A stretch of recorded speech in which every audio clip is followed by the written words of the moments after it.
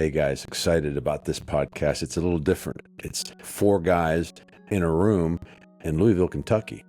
I was at a conference a couple of weeks ago, a Jamie Englehart conference.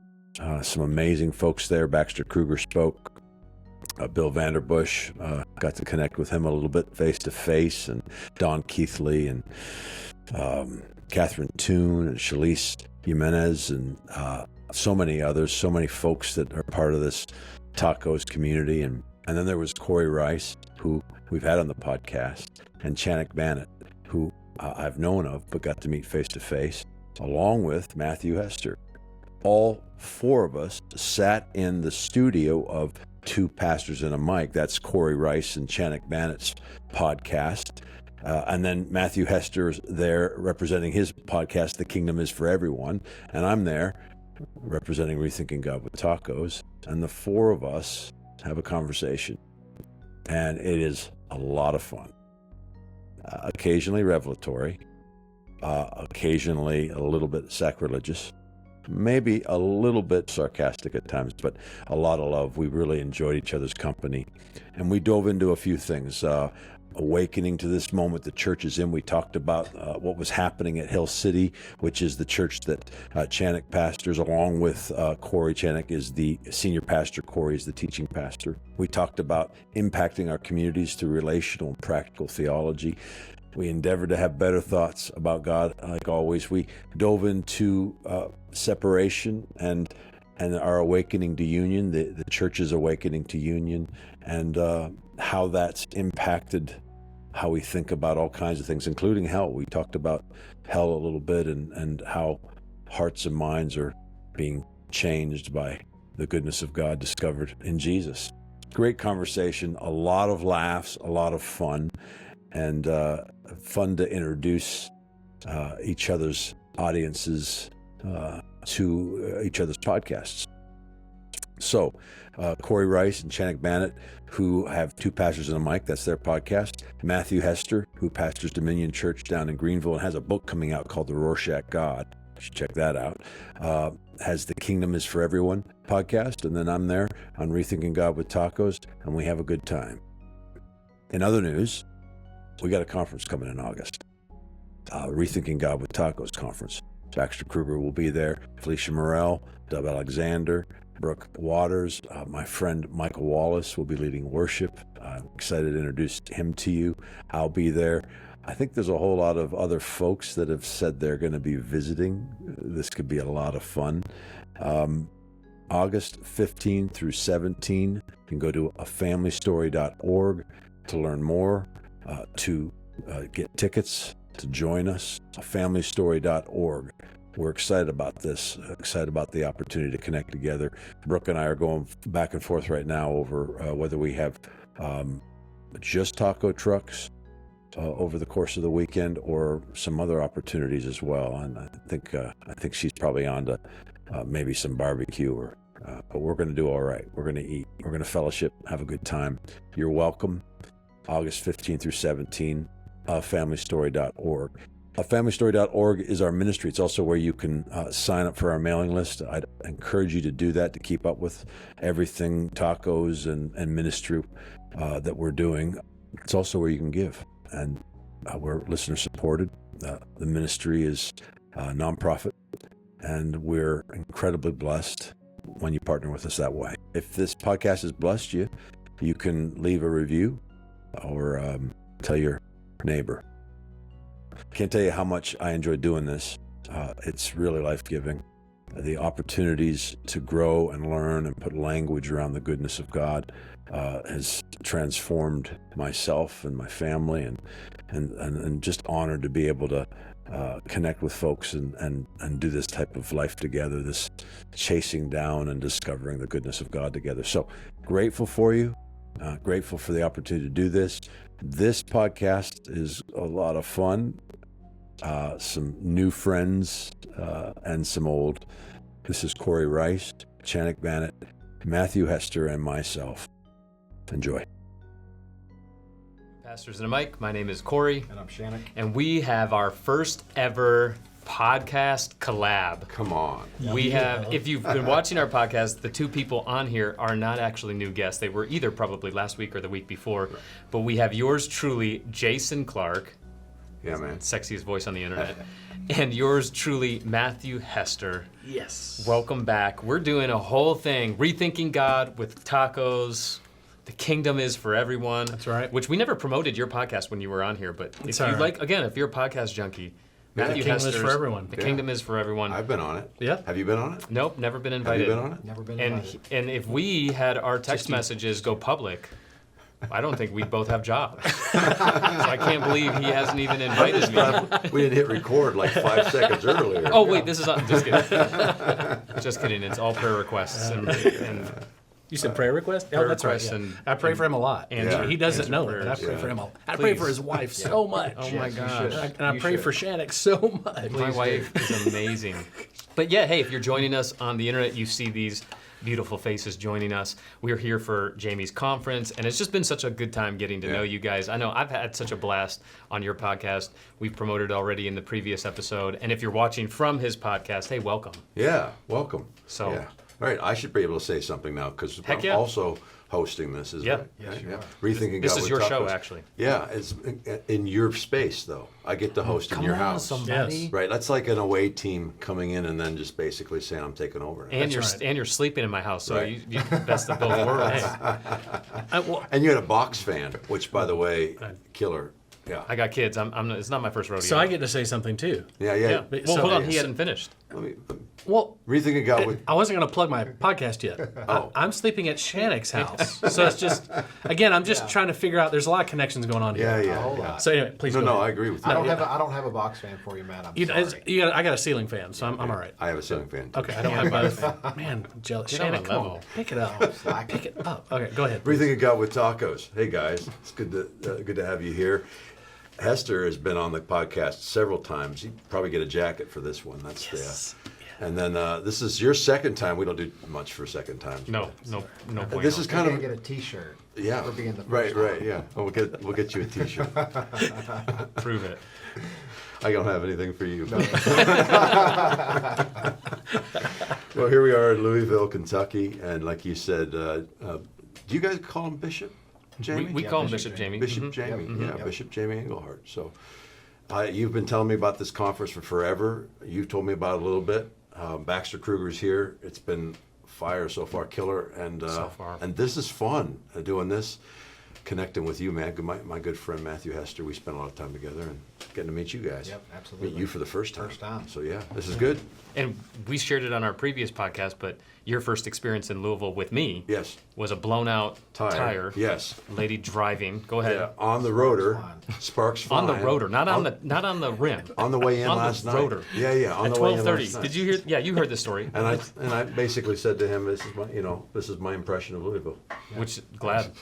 Well, we can You only went go out up of from here. You went out of your way to Yeah. say this isn't. I've never seen anything like this I've never before. seen it. Never seen it ever. And Matthew, why don't you plug your podcast? Oh, yeah, so it's called The Kingdom is for Everyone, the place to discuss all things righteousness, peace, and joy.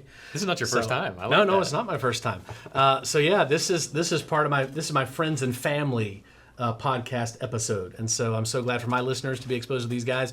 I know that you've heard Jason before, and if you haven't listened to Two Pastors and a Mic or Rethinking God with Tacos, Right. you've got to get plugged into these podcasts because they're going to bless your life. And these are good people in front of the microphone, and outside of the studio Sometimes. as well. Sometimes. Most of the time. Most of the time. So, but yeah, it's great to be here, and Jason, we've kind of shared our story a little bit. First met in 2017 up in Rochester, New York, around a Yeah. conference, and I think we were waiting for a table at a restaurant, and it's Right. like that was it. Yeah. It just hit it off. Yeah. And then we realized that we were pretty close proximity wise. It's just been having fun for the last 7, almost 8 years now. Yeah, So I was just down there. We had a great time. I'll be with you again in a couple of weeks. yeah.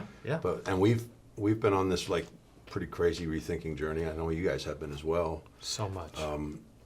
When I'm hosting, I would ask, eventually I want to know your story. I know a little bit about, you've been on the podcast. I don't know as much about you. I know, share a little bit about what you do here. For those who watch your podcast, they're just Yeah. going to get a repeat.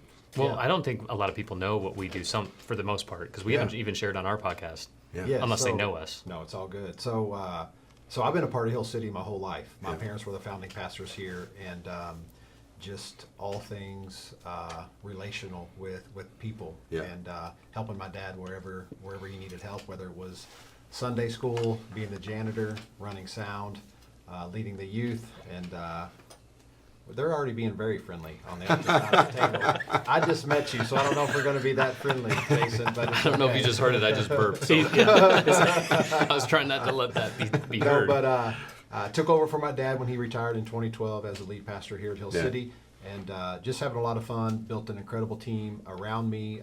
Last February, turned over all the teaching responsibility over to Cory. That allowed me actually to be way more involved into some community outreaches and efforts. We're trying to really make an impact in the community. Speaking of rethinking, what we decided to do is just rethink this whole idea of church and how the church should be about helping people make a difference in the community. And so we started helping create safe family environments through affordable housing solutions. And so we started that last year. That's awesome. What do we call it? Yeah, it's called the Re-Initiative. Nice. It's all about restoring homes, reviving hope, and rethinking church.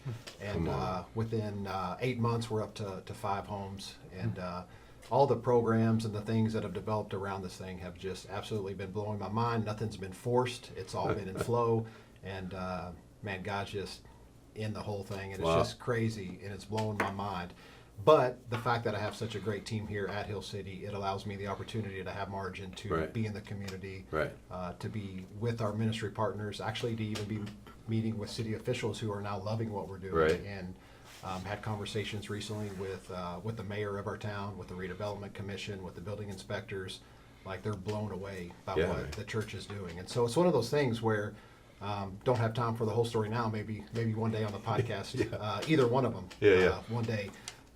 But the coolest part is, there's this thing, you might have heard of it, it's called like the Maslow's hierarchy of needs. And it's this whole thing, like at a base level, it's like foundational life stuff, like food, shelter, these kind of things. And then when you go up the pyramid of these needs, there's things like a sense of belonging and like a higher sense of self. And basically it's kind of talking about what the church mostly has focused on. Like, let's create a safe place for belonging. Let's create places where people can discover God, who He is, and who they are.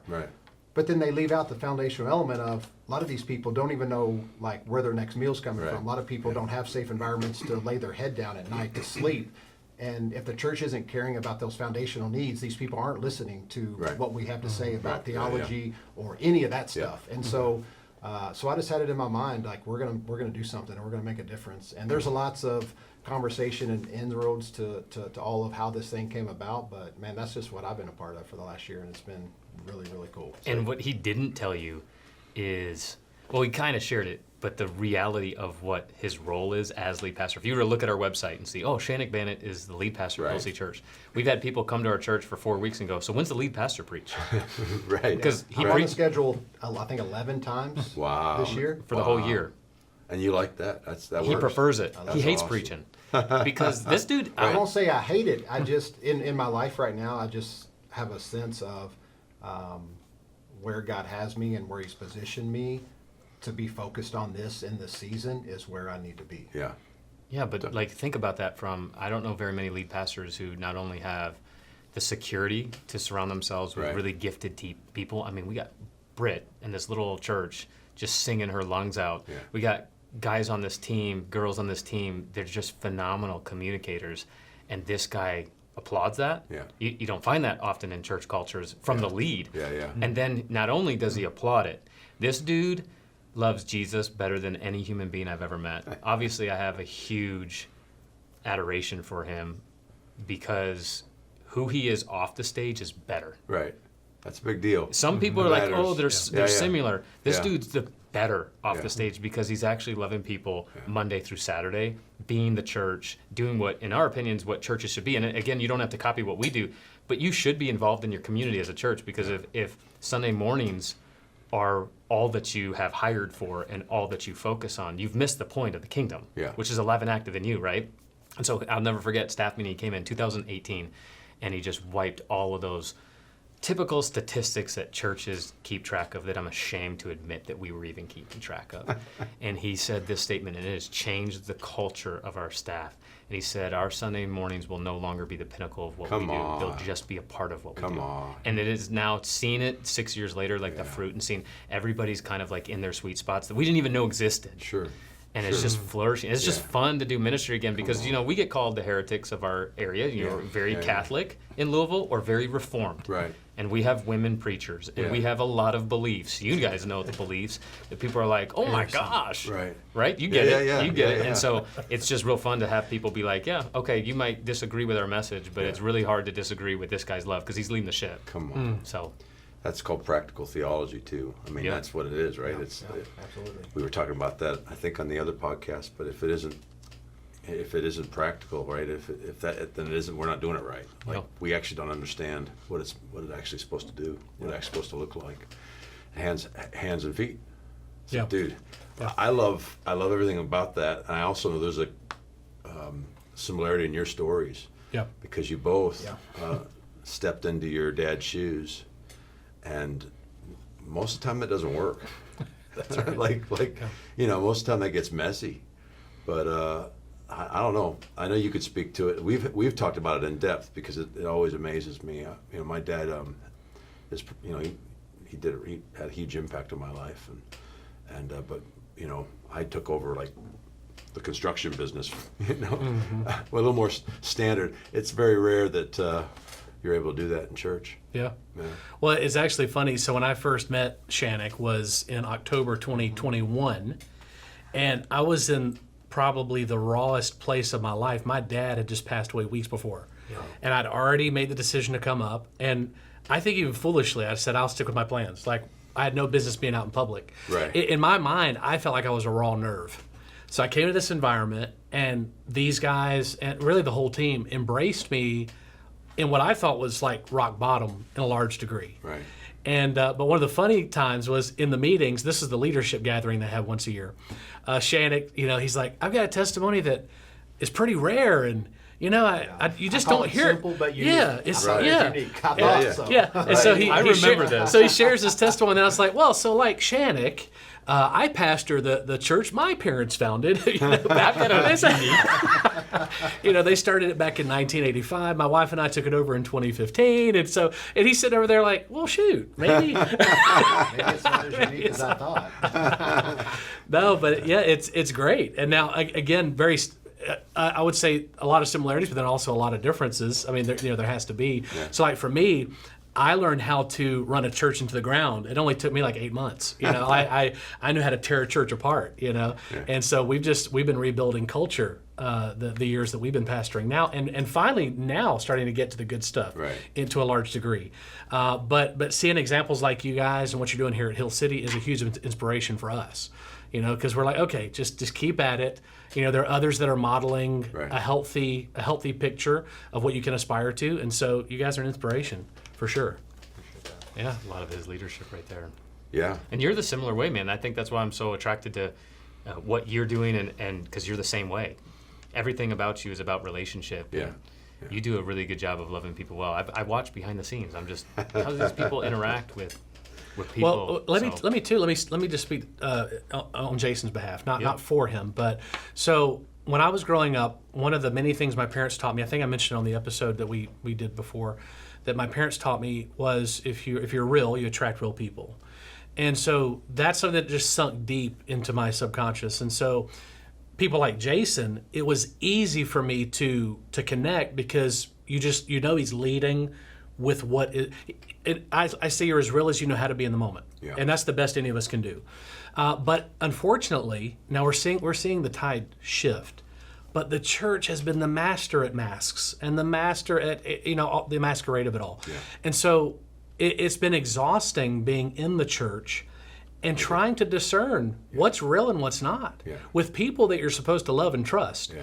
And so, especially in a leadership capacity, everyone wants you to be authentic and real, but you're not sure if anybody else is, right? And so it's very difficult. So then to be around leaders that are authentic, again, is an inspiration. So Jason, I think that speaks a lot to you as far as I'm concerned. No, I felt that.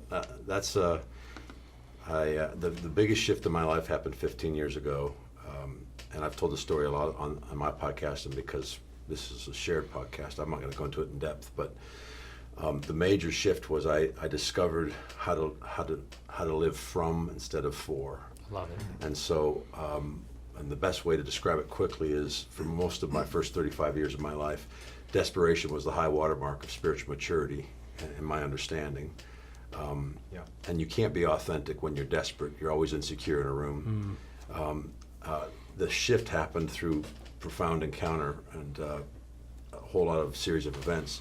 But on the other side of that, I would have described up till I was 35 that Jesus this is my son whom I love, with him I'm well pleased. And I might not have said it then, but in hindsight, I was living it. And it would have been like, what was the Father pleased with? He hadn't done anything yet.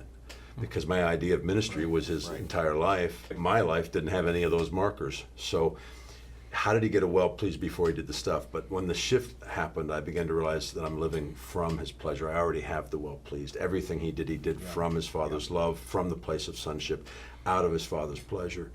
And then what that means is you can walk into any room and be authentic. I think the thing you're talking about, and you guys could speak to this, is I think we're in a shift where, like, I'm not a great preacher, but I know how to be me. Like, and I know that if I'm me on a stage, fully confident in who I am, like desperation's an illegal activity to participate in as a son, right? So if I'm fully me and fully present here, being loved, then I love in turn, and that's authentic and it lands. And I think we're in the shift where, I don't know if the Passion version, if he gets it right, I didn't check it up academically, but I no longer call you servants, I call you friends. Brian Simmons' Passion version gets it right. He says, I never called you servants.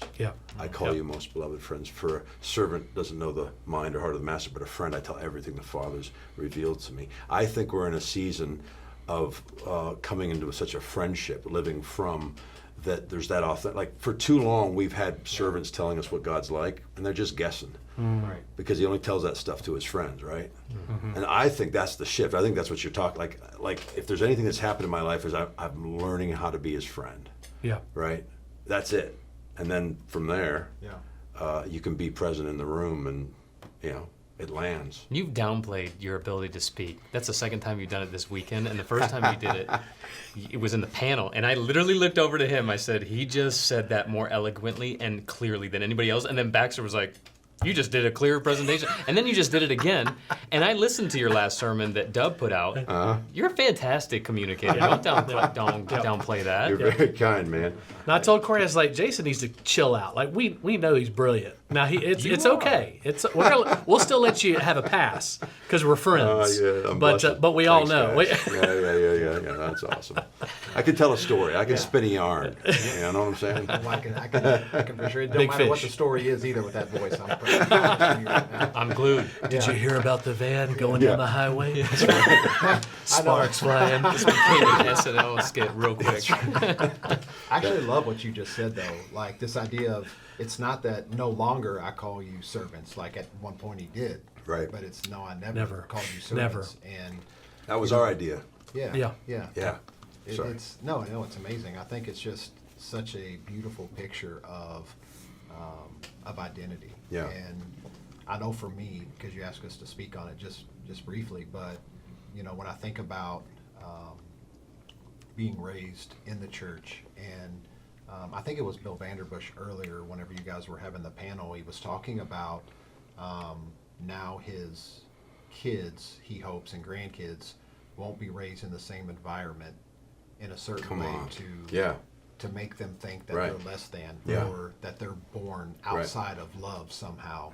And he just mentioned he just got back from like Belfast, Ireland, and the pastor's wife got up after hearing Bill preach, and he's like, "Oh my God, that's the God I knew at 4 years old." That's right. And then I had to go to church to learn. And I wasn't that, or I didn't have that relationship with him, or he's not a good dad like I thought at 4 or 5 years old. Yeah. And so honestly, I got a little emotional earlier when you guys were in the panel, just when he's sharing that, thinking like if we could get to a place where we reveal to people, especially to the next generation, that they are his beloved, that they are friends of God, that they are children of God, sons and daughters, permanent identity. it just is going to be such a game changer. And I think we're in the beginning of just something that is going to just become so beautiful, because I see it happening all over the world in this language and things that are like just coming to mind, and revelation that the Spirit's just pouring out, and it's just awesome. So thank you for sharing that. I love that. Yeah. And hopefully our kids never know a dualistic God like we did. Yeah. Right. Yeah. To be honest, you're going to hear from Brittany. She wrote a couple songs over the last year. I don't know if you guys have listened to them. She's going to sing Holy of Holies tonight. Just this incredible revelation that we're His Holy of Holies. And He's always been us. But tomorrow morning, you're going to hear this song called Heaven Walking, which was her first release. And my favorite lyric, to piggyback what you just said, is the first lyric of verse 2. It says, "I'm not an orphan anymore. I never really was. I just forgot that I was yours." Come on. And that speaks to that whole thing. Yeah, you've never been an orphan. Yeah, we just forgot. You just forgot. Yeah. No, a friend of mine says that what he does, he doesn't do for prosperity, he does for posterity. Yeah. He said, because now I'm beginning to be aware the generations coming after me are going to inherit what we're building right now. And so I think about my own kids. Like, my kids would be confused. I mean, seriously, if they went to a church and were taught that God is anything other than love, Right. they would be confused if there was a message of distance and separation. Now, honestly, they'd be confused if they heard a message about the devil or hell. They'd be like, I don't know what this is. What are you talking about? Because again, I'm able to. We all have this privilege to spare others of the trauma a lot of us had to walk through Right. Yeah. in our spiritual journey, Yeah. which actually it wasn't necessary trauma, right? It didn't have to happen, Right. But that In we some can ways it was recognize abuse. it. A lot of it was Call it what it abusive. is. Absolutely. And so I think of that too. You know, I mean, obviously, as a pastor, I'm thinking about the congregation. But hey, my kid, as long as my kids get it, you know, that's what matters the most to me. You know, and that's going to pass down generationally. And real quick, and I know you got to take this thought. Bill Vanderbush, this is my three-peat, so take that, Bill. Bam! I've been on 2 pastors and a mic more than you have. So, okay, so sorry, I'm sorry. Back, Jason. No, that's good. Okay, yeah. We'll get Bill on here tomorrow. And I'm going to go on again a couple more times, because now that this is a competition, I'm in. My wife, she was replying, and she actually shared this. We were with some other friends a couple days ago, but she was retelling the story. When she was 5, on a Sunday, went home after Sunday school, and had her one and only panic attack. So she's 51. So at 5, she had her only panic attack she's ever had. And it was so bad that parents put her in the car, and she sat in the back seat between her grandmothers. And on the way to the hospital, she thought she was going to die, and so she told her grandmothers, "I don't want to die. I don't want to go to hell." And so she prays the prayer. They lead her in the prayer. And so she gives her heart to Jesus. Panic attack ends, and they turn around, they go home, and they whistle, and it's beautiful. For 45 years, she told that story, and we'd all kind of laugh, like, isn't that hilarious, right? Like, you kind of would like, because it was all we had, and God's good, and He steps inside our storytelling, and she did meet Jesus. Like, you don't want to take anything away from the reality of where He meets us. He meets us all along the way. But it was about 5-6 years ago where she was processing through, and she said, that Sunday I probably had been taught for the first time about the kind of separation that comes in the line of penal substitutionary atonement, or this idea of hell. And my wife's been a children's pastor, and we began to revisit that, and all of a sudden it wasn't cute, it wasn't funny, it was child abuse. I'm not saying that those who taught that were well-meaning, good intention. That's not what I'm saying. I'm saying our kids should never have to navigate that manipulative idea. The only panic attack my wife's ever had at 5 years old was this fear of separation that had somehow been given to her by those that we're supposed to trust. And again, it's not a knock on those folks. They were doing their level best. But I think we're awakening in this moment to the no Sherlock. Yeah. Am I allowed to say that on here? Go ahead. Like, you know what I'm saying? No shit, Sherlock. Yeah. This is not the gospel. This is not my 5-year-old heart knows what the goodness of God is. Like, you don't like we were talking before we hit record. The unsaved don't have to be convinced that God is good and not have to do mental gymnastics around it unless they've already bought into something we told them that was otherwise, right? Like, we know in our knower what love is, and I think we're in the middle of a shift where our kids because my kids, that's just nonsense. If they heard that, they just go, man, that's the dumbest thing I ever heard. I call BS on that. Yes. You know what I'm saying? Yes. Yeah. And what an honor, you know. And I think too, I want to quote Father Richard Rohr, which I don't know how much you guys have read him and listened to him.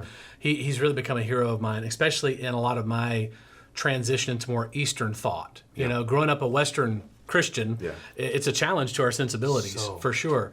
But I'll never forget, in one of his podcasts, he was talking about theology.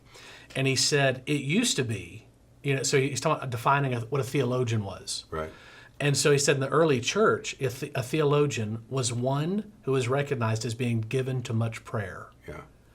And I thought, wow, that's a huge divergence from where we are today. Now it's just guys that think about Scripture and try to explain things in terms that nobody can understand. Yeah. And then he went on to say... And prayer wasn't petitionary either. No. Yeah. So he went on to say, and I'm talking about relational prayer. That's it. So theologians were recognized by their deep relationship with God and with others. I thought, we need to reclaim that. That's it. That terminology and demonstrate that's what true theology is. Yeah. It's deep relational richness with God and with others. That's it. We're not in some stuffy room somewhere in our libraries like, oh, I'm a theologian because I believe all this stuff, whatever. Nobody can understand but me. Right. No, it's Nobody cares about but me. Nobody cares about but me. But no, you actually you know how to love people well. Yeah. Who knew that was such an original idea? Yeah, come on. You know? Crazy that's an original idea. Right. You know that, speaking of Richard Rohr, that's of all the people that I've read, and I like reading people that I agree with and people I disagree with. Right. Just because how Which do you know? one am I? Yeah. I can't say it on the but I remember of all the people that I talk about, Richard Rohr was the first person that someone warned me about. Oh, really? Be careful, Richard Rohr. And now of all the people that I read, I'm like, that's the guy we're going to focus on? Right. So quick shameless plug for Present Truth Academy. So I did a 10-week study on Trinity. And this happened literally, again, within the time my dad passed. So I'm diving into perichoresis. Yeah. You know, my dad passes, so I'm now navigating grief with God as a partner in the journey, which is very different from what I believed growing up, right? And I'm reading Richard Rohr, and I'm studying not only the Divine Dance. That's my favorite book by Richard. There's several that are great. That's my top 5 of all time. So if you've never read the Divine Dance, read it. It's Universal It's Christ. one of the first books. favorite. Listen, it's one of the first books when I finished it. I turned it over and started it again. Because Backwards? No, I turned it over. Really and impressed. Well, I mean, Why did you turn it over? anyway. Read it in Hebrew? So I was reading the Divine Dance and the Great Dance by Baxter Kruger at the same time. Right. Because those were kind of like my study resources for Trinity. Yeah. And again, what Richard brings to the table when it comes to that relational richness, you know, is I don't know if I can find better material out there. So I just encourage you. Man. Now again, it's more Eastern thought process, and he's Catholic. Now, can I say this real quick? I grew up. I grew up. Why do I get touched? I grew up thinking because you're the closest to me. I mean, I could touch Jason's hand here. So, Channock, you're feeling bless left you in out. Jesus' name. He's like, I'm good. I'm all right. He's around So, me. so when I grew up, I don't know if I was taught it directly, but the implication was Catholics weren't even saved. Right. Okay. Right.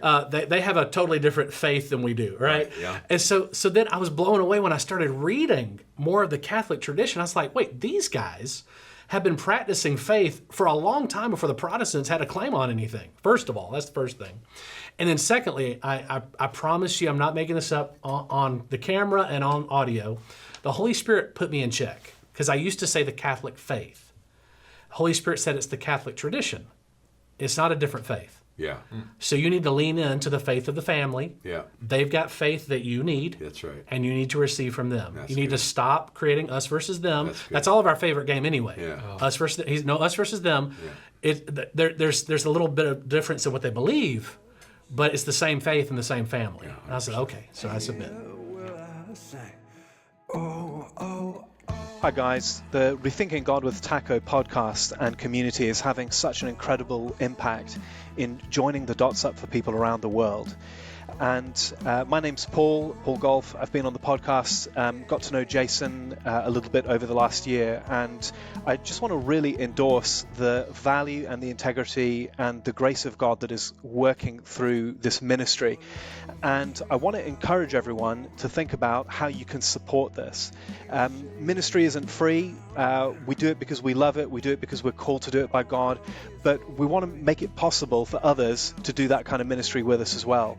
And if you sow into Rethinking God with Tacos, it supports Jason, it supports his family, but crucially, it helps to send him and send this message to more and more people around the world.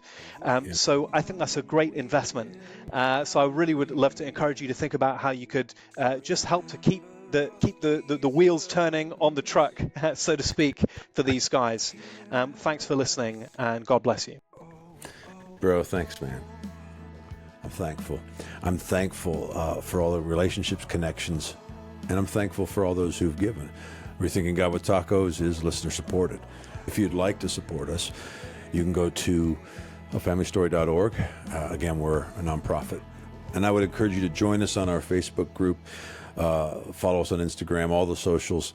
If you're curious how to find me on the socials, it's at Jason Clark is. Otherwise, like, share, write a review on iTunes or Spotify.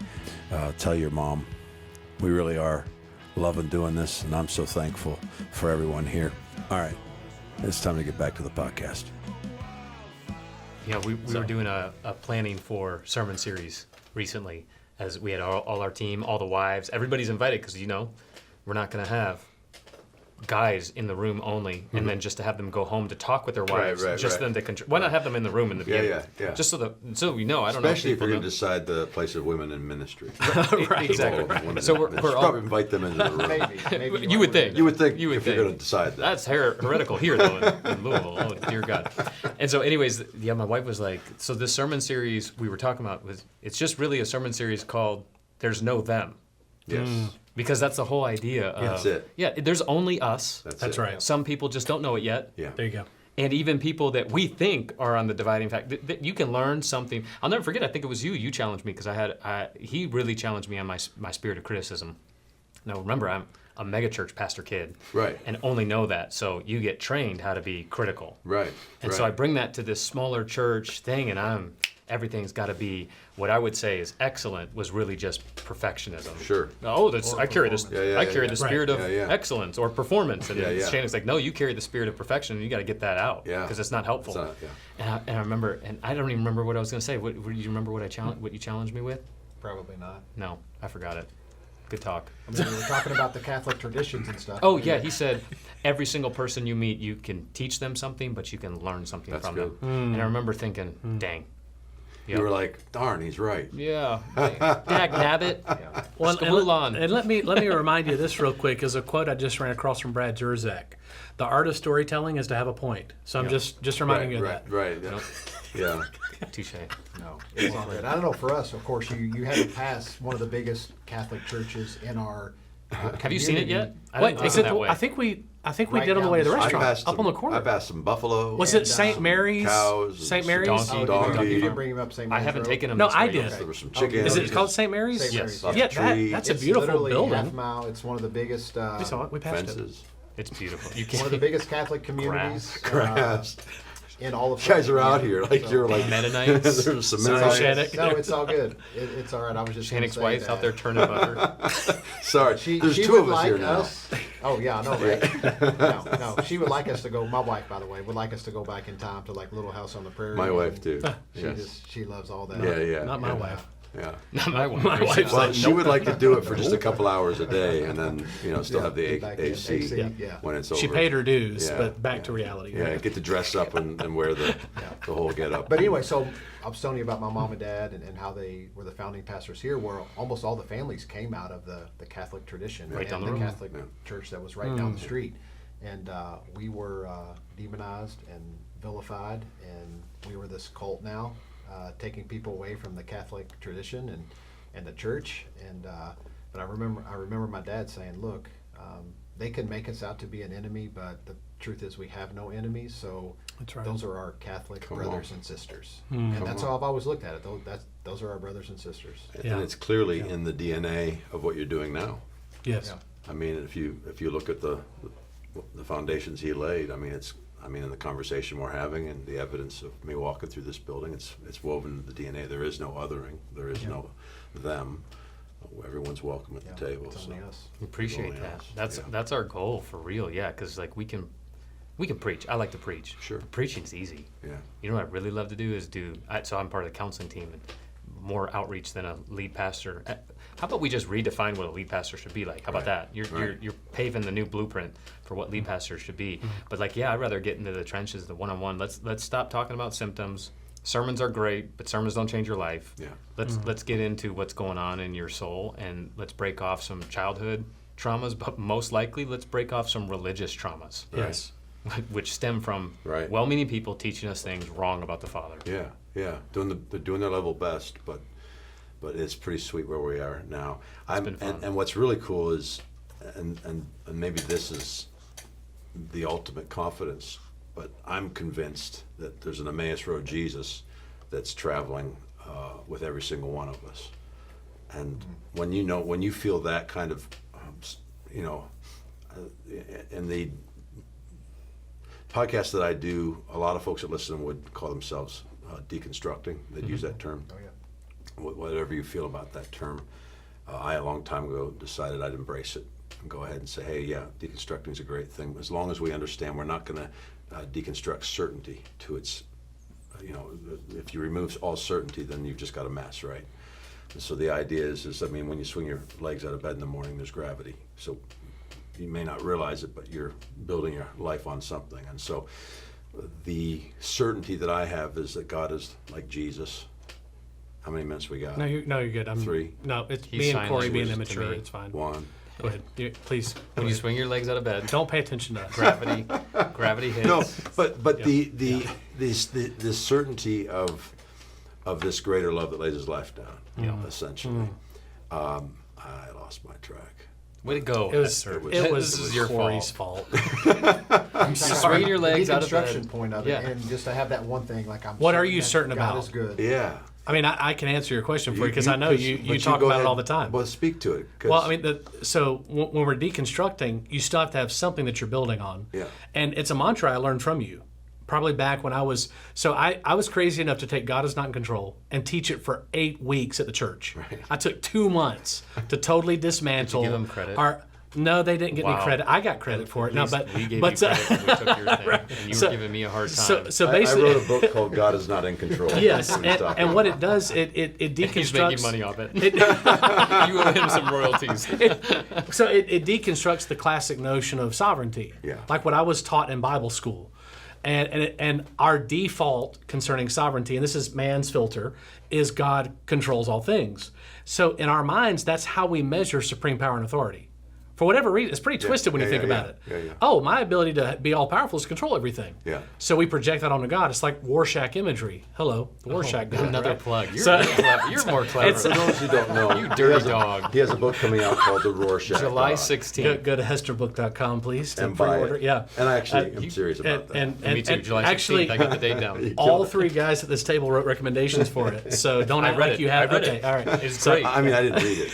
You wrote a recommendation. But I I didn't wrote it. read No, it. I told Your you. assistant read it. When you put a 20 in his hands, it's amazing what he'll give you. So You only paid him 20? You paid him 100. What, he gave you 100? Yeah, weird. Okay, guys, save that for after the podcast is over. No, so again, what Jason submits in the book is his supreme power and authority is love. Yeah. That's always been who God is. It's what compels and restrains God, and for us to reflect His character and nature, that is our supreme power and authority. Yeah. So all that condensed down to say this: these are the certainties. He is good. We're loved. Yeah, and it looks Everything like else Jesus. is negotiable. Yeah. Right. Yeah, it looks like Jesus. Yes. So Yeah, and so 3. and or 1. the author can say whatever he Trinity. wants to say. Yeah. Okay. Yeah. But yeah, that's it, man. Thanks, bro. Yeah. And that's when you've got that, and then you realize that. And I started by talking about the Emmaus Road. When you realize that this love, this other-centered, self-giving, always good love, is walking down any road, every road, with every one of us, whether you've said yes to him or not, whether you know who he is or not. that he's there and he's revealing himself to you. It brings this level of peace and confidence. I think it empowers you to go, hey, we can change the model. Hey, we can revisit what it looks like to explain what God is like. Like there's the liberty to be able to go, I don't have to operate in the restrictions of this particular theological construct or ideology. I don't know if I'm making any sense now. You are totally. Yeah. But that's the. It's called the good news for a reason. I guess That's is right. what I'm saying. That's right. It's that simple. And Yeah. I'll say everything that you just said has become a life mantra for me personally. Because when you get it, my thing is I'm trying to help people believe they matter. That's it. Because I don't need your praise to feed my ego. Yeah. Because I'm secure in who I am as a son. Yeah. I've gone to the Father already. Yeah. So let me pour out everything that the Father's already poured out to me. If you don't want it, you don't. Yeah. It doesn't hurt me because Yeah. I'm not living for your. And when you leave, praise. you don't bring me with you. The Yeah. Emmaus Road Jesus is still walking Yeah, with you. That's yeah. right. So Please believe that you matter. Yes. Because you do, and Yes. you can contribute to the kingdom of God because it's already alive and active in you. come on, That's my message. So that'll preach. It will. come on, somebody. That's good stuff. I love you all. That needs to be a whole episode right there. That's good stuff. Hey, On your podcast episode, Yes, when you finally absolutely. invite me on. Yes, yeah. I'll send the invites as Shots soon as we fired. finish up. I've got to now. I've been called out. Well, I just remember listening to you guys record on a balcony because all I could hear was the ocean in the background. that was a sweet time. Do you remember that? It was a great episode, by the Do way. I remember That was an amazing time, actually. It was a good episode. Except Yeah. for all the. I couldn't control the birds. I'm sorry, man. But it was good. I We liked were on the 8th floor, Oh, you guys were together. Yeah. overlooking the ocean. See, I remember. Randall Worley and group was inside. It was a sweet weekend. It was. Yeah. It was beautiful. This is the best part of the journey we're on right now. Getting to do this with you guys. Heck yeah. Getting Cheers to this. participate in these conversations, the new friendships that are being built. Bruce Walkup, if you know that name, he's a Australian fellow, a good friend of Baxter's. It's spelled with Chopi, but pronounced Walkup if you're looking for him. I'm not going to give you the spelling, but he said he's been teaching union for 20 years, and if you were to, he said for the first 20 years he taught union, and if he was teaching to a group of 100, maybe one person in the group would get it. He said in the last couple of years he'll be teaching union grace to a group of 100 people. He said everyone in the room is getting it. Yeah. Love it. And isn't that fun? So fun. That's awesome. I mean, we've got this big corporate yes. I feel like it's in the ether. And you're prophetically speaking it into existence where it's not a current yes. Come on, somebody. Richard Rohr is not the scariest guy to read No anymore. way. No, And no, I no. still recommend reading Richard Yes. Rohr. Yeah. Yeah. Yeah, and scary in all the right ways. That's right. Yeah, It's scary if you just want to find out who God really is. That's right. Because he's better than you think he that's, is. that's Absolutely. exactly it. And we've done it once again. Come We've on, had son. better thoughts about who he was than previously. That's the Probably That's the just point. as my experience with three image bearers of Christ right That's here it, in front right of me. there. Look at you. You're included in that. Hester. Thank you. Oh, thank you for the humble shout out. I hope the audience has understood that we just enjoy each other for real. But yeah, I real. love talking about Jesus, but I love talking about Jesus with people who love him Amen. and Yeah. and preach Yeah, a me better too. version. Like him. Yeah. You just like him. We love him. So.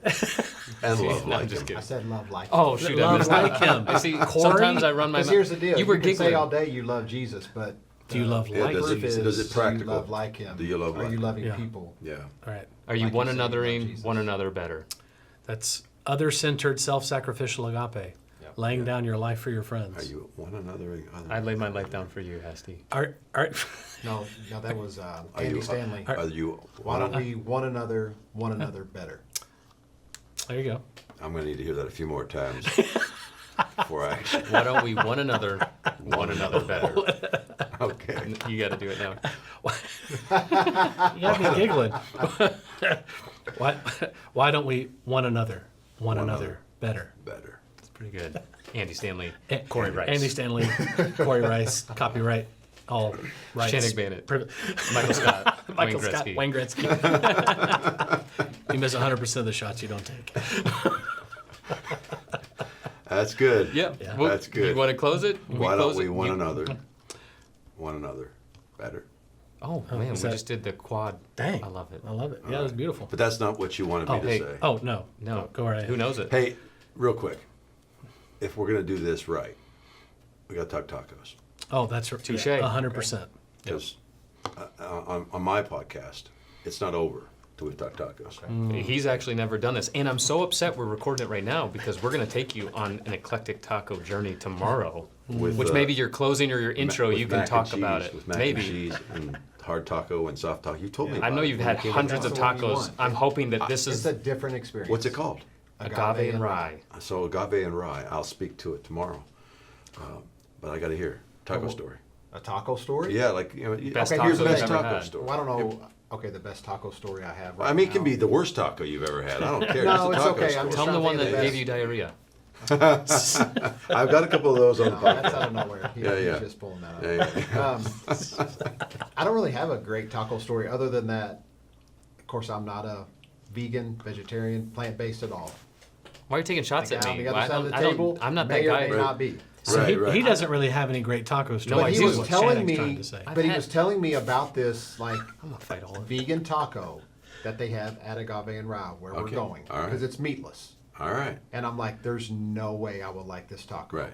Well, it's a deep fried cauliflower instead of meat. And Okay. I'm like, I don't like cauliflower. There's no way. I hear you. I had it for the first time maybe a little over 2 years ago, and I will say it is now my favorite Shut up. taco on the planet. Deep and fried I go, cauliflower. and I probably go What? once a month to the Wow. place we're going to take you Wow. tomorrow to get this Just for that bang, taco. bang taco. I can't deep believe you fried just said that. cauliflower. I love Wait a He's second. so hold on. Corey is so mad right now because that's his favorite taco and that's He the knows. story he wanted to tell. No, I've already been on the podcast and told it. But it's just favorite taco story. That's the story I got. Wait, so it's you're able to- mind blowing. He forgot one. It's mind blowing. He's forgotten You're one. able to hurdle the mental reality It's mind blowing. that it's cauliflower. I don't understand. I should not One like this time- taco, but I love this taco. I get it. One time I went out and my wife got fried spinach, Interesting. and it was unbelievable. Isn't But it weird? I still couldn't get over the fact it was spinach. That's crazy. So I'll try it. I'll try it tomorrow. Okay, well, before I went Yeah. plant-based, No. 2018. So wait a sec. How come you have to start with before I went plant-based? Because I used to eat meat. Right. Yeah, but doesn't that say something? Yeah. That your best taco story starts with before I went plant-based? Well, it's not my best. I was saying one of ours. Do you not remember when we went to Guatemala? Not only the street tacos that we were very sketchy as are we gonna get sick, but they were amazing. But then we went to that one restaurant, and it was what's the meat? Texas famous meat, brisket. Brisket. They Ah, had yeah, yeah. a brisket taco with like these pickled onions Thank you, Lord. and this pico, and then Come on. the verde, the getting green chills. sauce. Oh my gosh! And it had like this queso on it.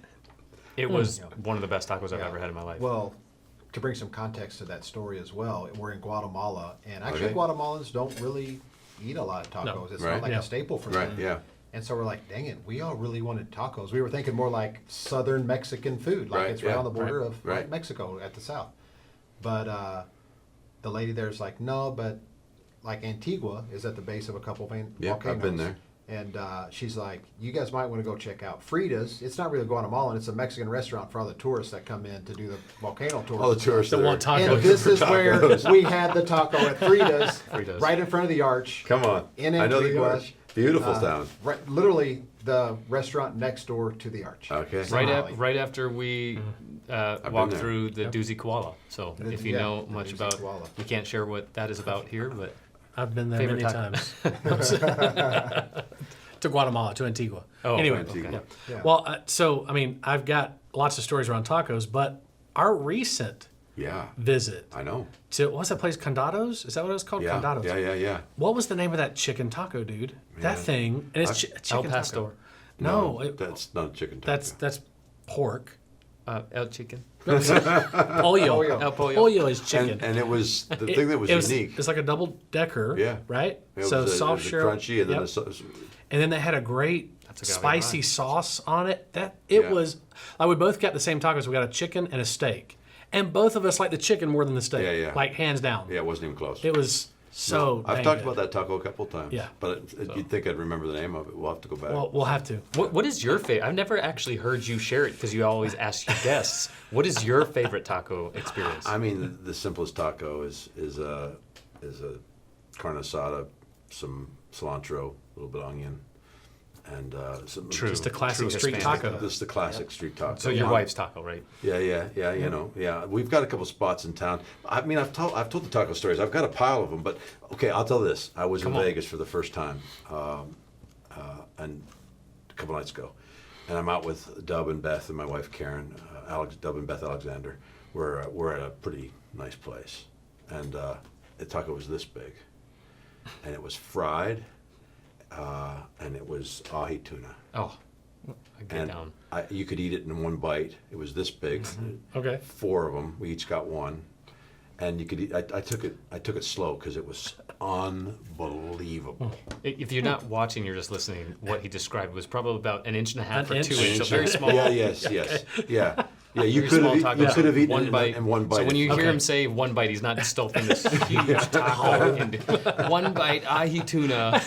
I don't know even what they whole cost. tuna. They probably Little date cost for it. around. One bite. Everybody knows the rules on these tacos. Right. But it was. I don't know what they cost, but yeah. So that's a new taco story for me. Just had that with Dub and Beth Alexander, my Nice. wife. And What was the sauce?